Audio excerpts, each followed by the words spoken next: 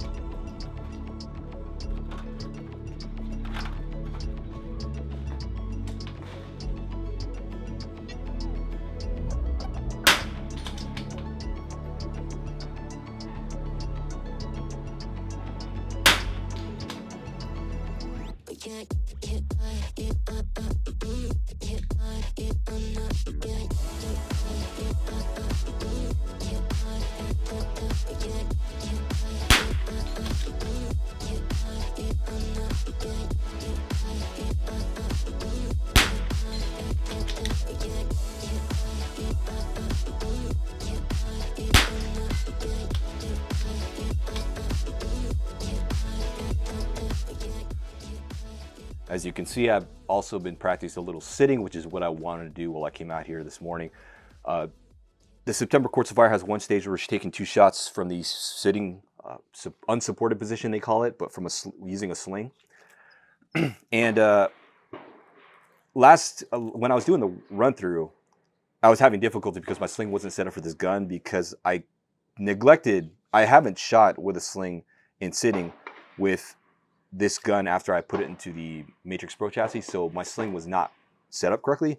So I had to make some adjustments later on, and I was testing something out to figure out how to get it to work correctly for these range conditions. You know, shooting 4-degree angle, shooting with this gun, which is not designed for support. You know, for positional shooting. And when I say positional, I mean 3 position. You know, you're shooting standing, sitting with a sling, and prone with a sling. And a lot of people don't know what that really entails. And I've shot service rifle for many years. Shot it for 5 years straight. I went distinguished in 2009. And, you know, that's shooting with the AR-15 or the M1R14, but I used the AR-15. And you're shooting, you know, standing 200 yards, sitting 200 yards from a sling that's rapid fire. Then you're shooting rapid prone at 300 and slow prone at 600, all from a sling. And back when I shot, it was all iron sights. You know, we're shooting national match iron sights. Anyway, that was easy to shoot because those positions, it's pretty simple because that gun, you're shooting nose to the charging handle, iron sights. You know, that's your sight picture. It's really simple. Now with a scope, you introduce a lot of extra factors, right? Because you have to maintain the proper eye relief in order to maintain that sight picture, and that affects parallax and all that stuff, right? And you can't, if you tunnel it out, you can have that black around the image, but you've got to make sure that's consistent every time. Sorry, it's still kind of loud because they're dragging the dozer around the range. And I've been trying to explain to people why this is so difficult. And everyone's like, well, you're just using it as an excuse of why you can't shoot. I'm like, yeah, I guess I am. But you need to understand where I'm coming from because I've shot a specific way with positional shooting with a service rifle that you really can't adapt this gun as it is. You can shoot a scope rifle in positional shooting. People were doing it for a long time. I think, I can't remember what they call it in NRA. But they do shoot, I've seen them shoot prone. I think it's any sight. They call it NRA any sight. And you can shoot prone or with a scope. The thing is, they have that set up so that the scope is at the proper eye relief set on the mounts for prone while shooting with a sling. And that's fine because they're not going to shoot that in any other position. Here, when we set up these guns, we're setting it up generally for prone shooting. Squared off, just body squared off to the target, and that's it, right? Your body's squared off to the target, you're sitting up prone, your face is leaning in a specific manner, and that's it. And that works well enough when you're squaring off your body to target in other positions, like off a barricade or in a standing position off a ladder. What people don't realize when you're shooting sling is your body's not squared off to the target. Your body is quartered off to the target like this, and you're even closer to the scope in that position. You can't shoot squared off because obviously in prone, you've got to get your body up a little bit more. You've got to get this left arm forward to get more elevation to support the rifle. So it's a totally different way to set up eye relief for a scope in a slings type position versus unslung position squared off to target. And that's why this is so difficult. So when I'm shooting with a sling from prone, you need to realize your face is going to be more forward on the gun. And if you notice now, my sitting position, my natural sitting position to hold this gun is my body is like this. And I have almost zero eye relief on this scope, maybe an inch or so. But like my image, my sight picture in the scope is just like really small because it's, you know, you're too far forward. Anyway, that's kind of explaining that thing. But I was getting this morning trying to figure out something with the sling, trying to set up my gun for that stage of fire. And one of the things I haven't been doing in the past, which I would want to do, is use what we call a palm rest, which is illegal in service rifle. What this does is adds an extra couple inches so you can get your hand underneath that, but it brings your gun up. For people like me with shorter arms, is great. Palm rests aren't legal in service rifle because service rifle is supposed to be typically a service rifle. So adding anything like that to a service rifle alters the dimensions of the gun and it breaks the rules. I think you can use a palm rest in like small bore And I'm pretty sure you can just use this palm rest in high power match rifle, not service rifle, match rifle. Anyway, the reason why I haven't done this in previous NRL22 courses of fire that require use of the sling is they always say only a sling may be used in an unsupported position. From this stage of fire, if I recall correctly, it doesn't make that statement. So that opens the door for the palm rest for me. And this qualifies as a bag too, because this is a bag. I guess I can get a block, a Delrin block and put it in there, and I'm not sure if that will qualify as a bag or if it will qualify as equipment. I guess it wouldn't qualify as like directly attached to the rifle, and it's not technically a bag, it's just like a plastic block, then that probably would work and not count as equipment. And maybe I should do that. Anyway, let's go ahead and just go over this real quick though. So once I get that, sorry, my sling is all wonky here. Once I get this all on, I'm able to get my sling into position here, and I can get the gun high enough because we have a 4-degree angle to target. But what also I'm doing here with I have to bring my knees up even farther, which is not ideal because I would never shoot my gun like this, my service rifle. But here I'm able to get my knees up a little bit higher. I'm using the friction, my foot in the ground to keep my knee in this position. And I'm resting my arm forward of my knee so it's not bone-on-bone contact. And I'm able to get on the gun. I'm kind of pulling back with my body to raise up a little bit. I'm getting a lot of tension on the sling. And I've got enough support on my shooting arm on this elbow. Although this leg is not really stable, but I'm doing the best I can. I think this will work. I'm able to make solid hits. I mean, it's not as stable as I want it to be. It's definitely not as stable as I want it to be. But it's stable enough where I think I can make consistent hits on a 5-inch target at 100 yards, I think, 100 or 90 yards. So that's kind of where I'm going to be at. I think this is a good setup for me. And we should be fine, at least for that stage. And I'm going to probably investigate creating like a plastic Delrin block. Because I was watching other channels, Matt Huey, Womfat.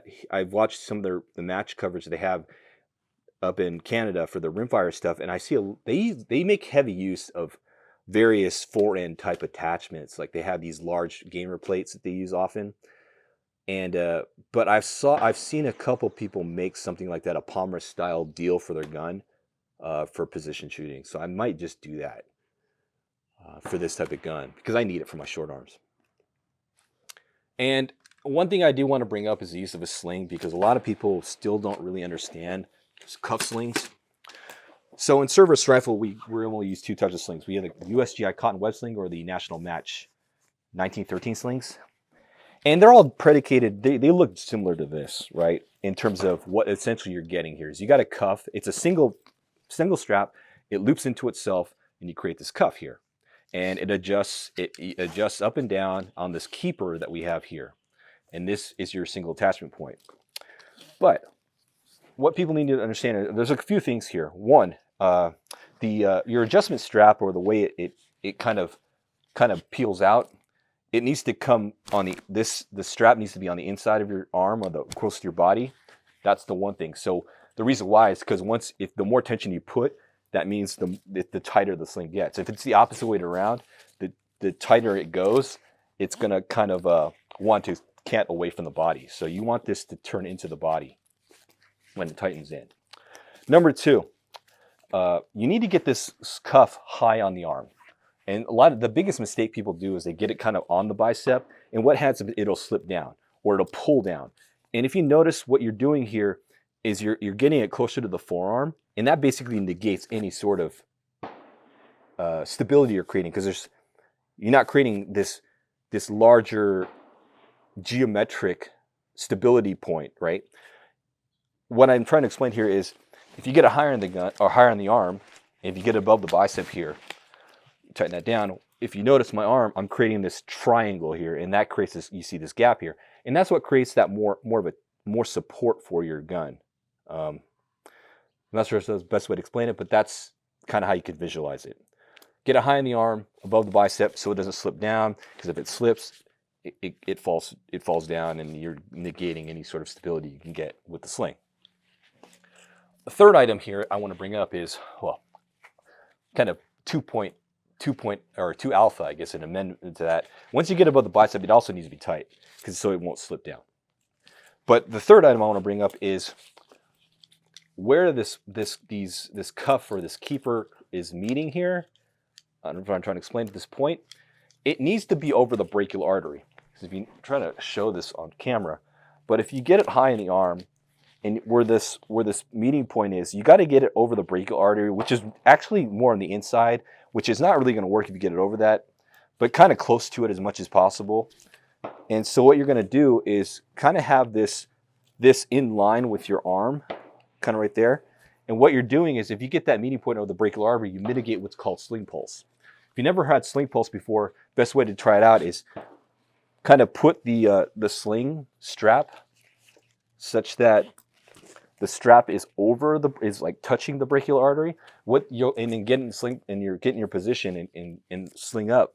What you're going to see is, as your heart beats, the sling kind of beats too and moves, and that's because your brachial artery it's pretty powerful artery, and it's pumping blood, through your arm, and that's what causes sling pulse. And so to mitigate that, you just get that point over the brachial artery close as you can. Once you tighten up, it mitigates that. So when your heart is beating and you're under pressure, your gun's not going to kind of bump up and down, while you're trying to shoot. We mitigated it back in the day because in service rifle we wear shooting coats. I would wear a sweatshirt under my shooting coat, and that would kind of mitigate sling pulse because you have this cordura and leather buffer to kind of cushion that, and plus you can get your sling tighter with the coat on. But anyway, you still need to do that to mitigate the brachial artery sling pulse as much as possible. Those are some tips for you. Hopefully that helps you out.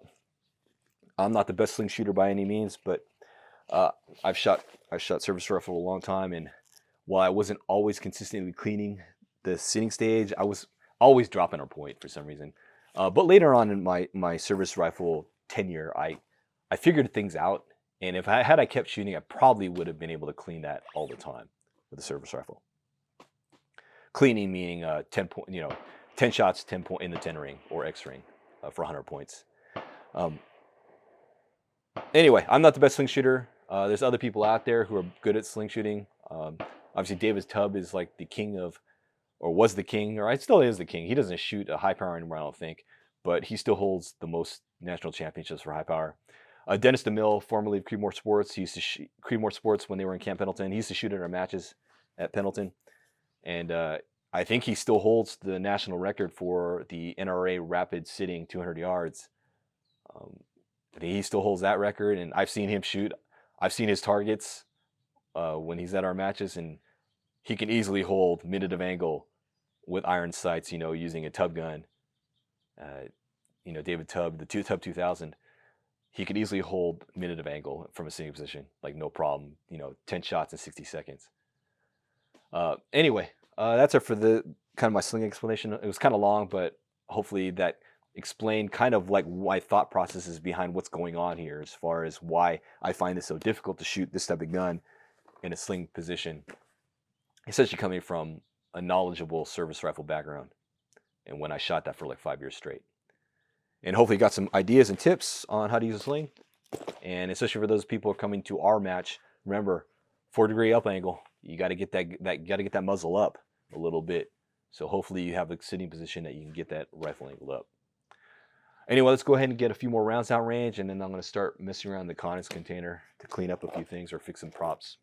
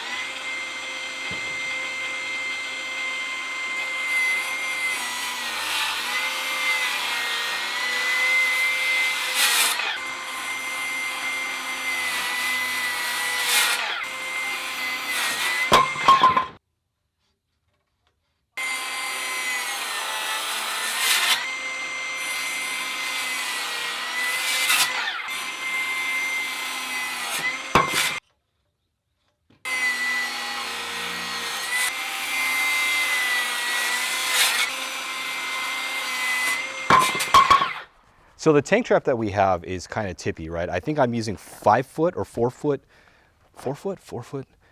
I can't remember. I'm using either 4 or 5 foot 4x4s, and it's exactly segmented at the dead center. So the tip and the foot are exactly in line vertically, so that creates this fulcrum point where it could tip over. Ideally, you kind of want the legs to be longer than the arms so that it doesn't have that tipping point like you would have, because you can't tip this over. So I've had this bracket for a tank trap. I think it's made, was it Big Dog Steel or whatever? Yeah, Big Dog Steel. I've had this for a long time with some 8-footers that I had in the condense container. And we used it one time for one specific course of fire where a stage only had you shoot off the legs. And after that, I put the 8-footers away, and I've never used this Big Dog Steel bracket. But what I decided to do was just bring a saw out here. I got this Milwaukee circular saw, and I just cut these 4x4s, the 8-footers down to 6 feet. Kept the, I'm gonna keep the segment dead center. And so you're gonna have basically, I think it's probably, it's 4 foot and then about a foot above, right? Roughly, give or take, because depending on how you want to qualify the bracket. But this should be a lot more stable, and it should be low enough and tall enough for most people. So it should fit most body types in terms of no issues. And for the stages where you're going to shoot off a leg, this should provide ample areas to shoot from.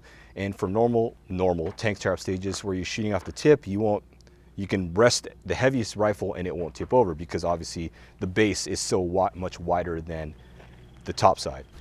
So anyway, that's what I modified, and I guess maybe we'll try to run this tank trap later on. It looks kind of hokey because there's bolts that are supposed to go in here to prevent the bracket from sliding back and forth, but I misplaced them. I only have one on here, but I just need to go find 2 more and then put them back in here, and then it'll keep that tank trap stable. But anyway, modified this. Maybe we'll run this in the next match where we have a tank trap. This should work well. I'm about to roll out of here. Very uneventful day at the range as far as this vlog is concerned. Just a little practice and fixing the props and doing some work in the condense container. I'm happy with that Milwaukee circular saw. I actually just recently got that.